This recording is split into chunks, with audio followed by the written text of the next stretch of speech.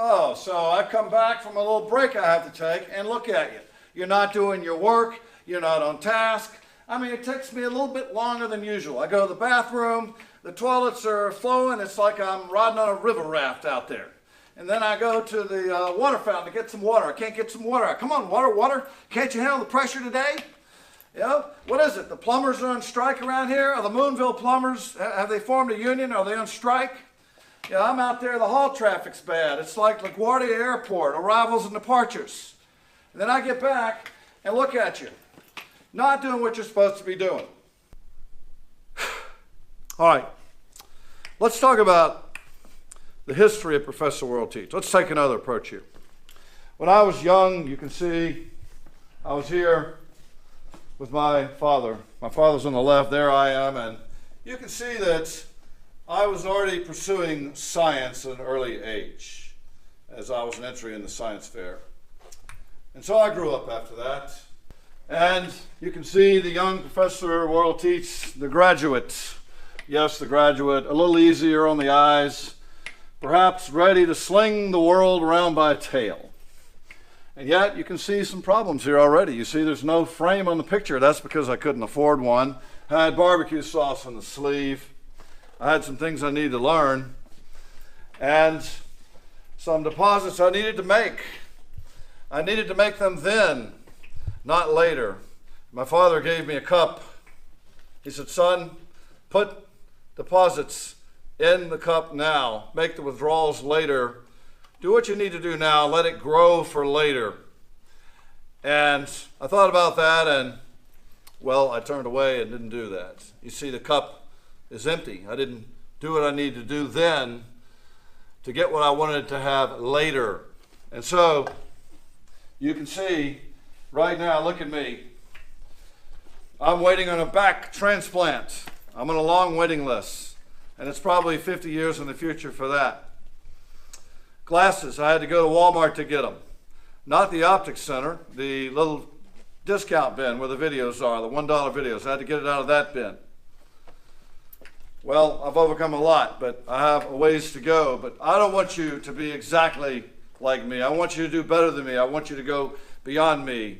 I want you to make deposits today that will yield results tomorrow. So I've got a question for you students.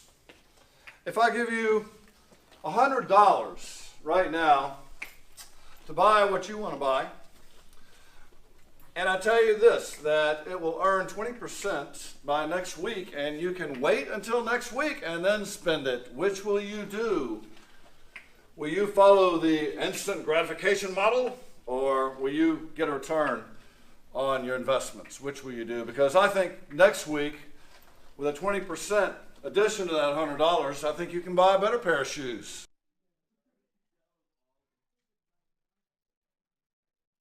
So that, I think, is where we're at today. All right, so Let's ask Mr. Davis. Well, it kind of makes sense. If I went ahead and just bought the $100 shoes, then I would end up obviously at zero. So I would have nothing to purchase the other pair of shoes. But if I invest my money over that week and earn 20%, then watch what happens. Not only can I get the $100 pair of shoes, I can also get the $20 pair of shoes. We have a question up front. Professor will teach. What does it Yes. have to do with exams? What does this have to do with exams? That's a good question. Because your exam is worth 20% of your grade.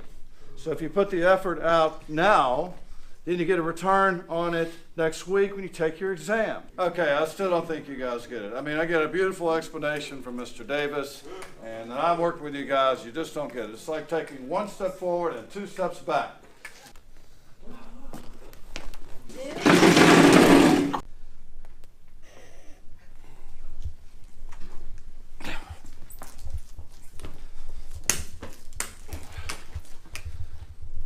What are y'all staring at?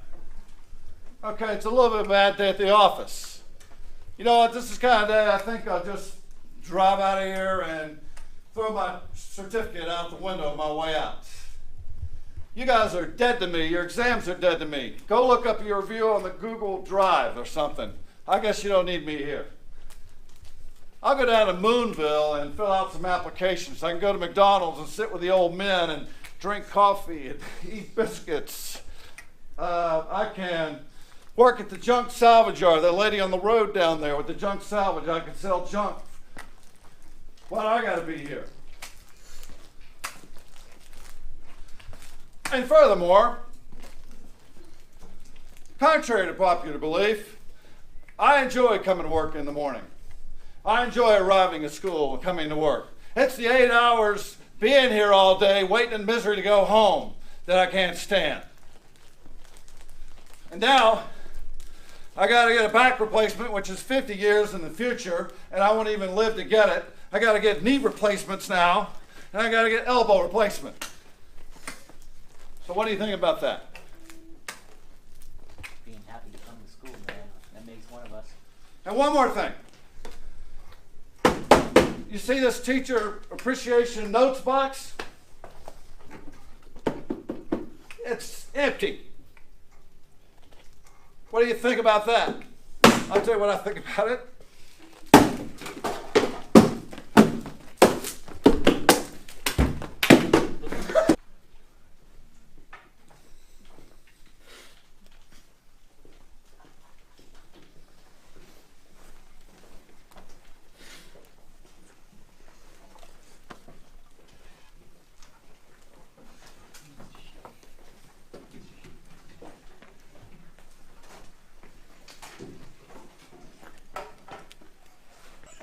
Professor, I found a few more on the floor.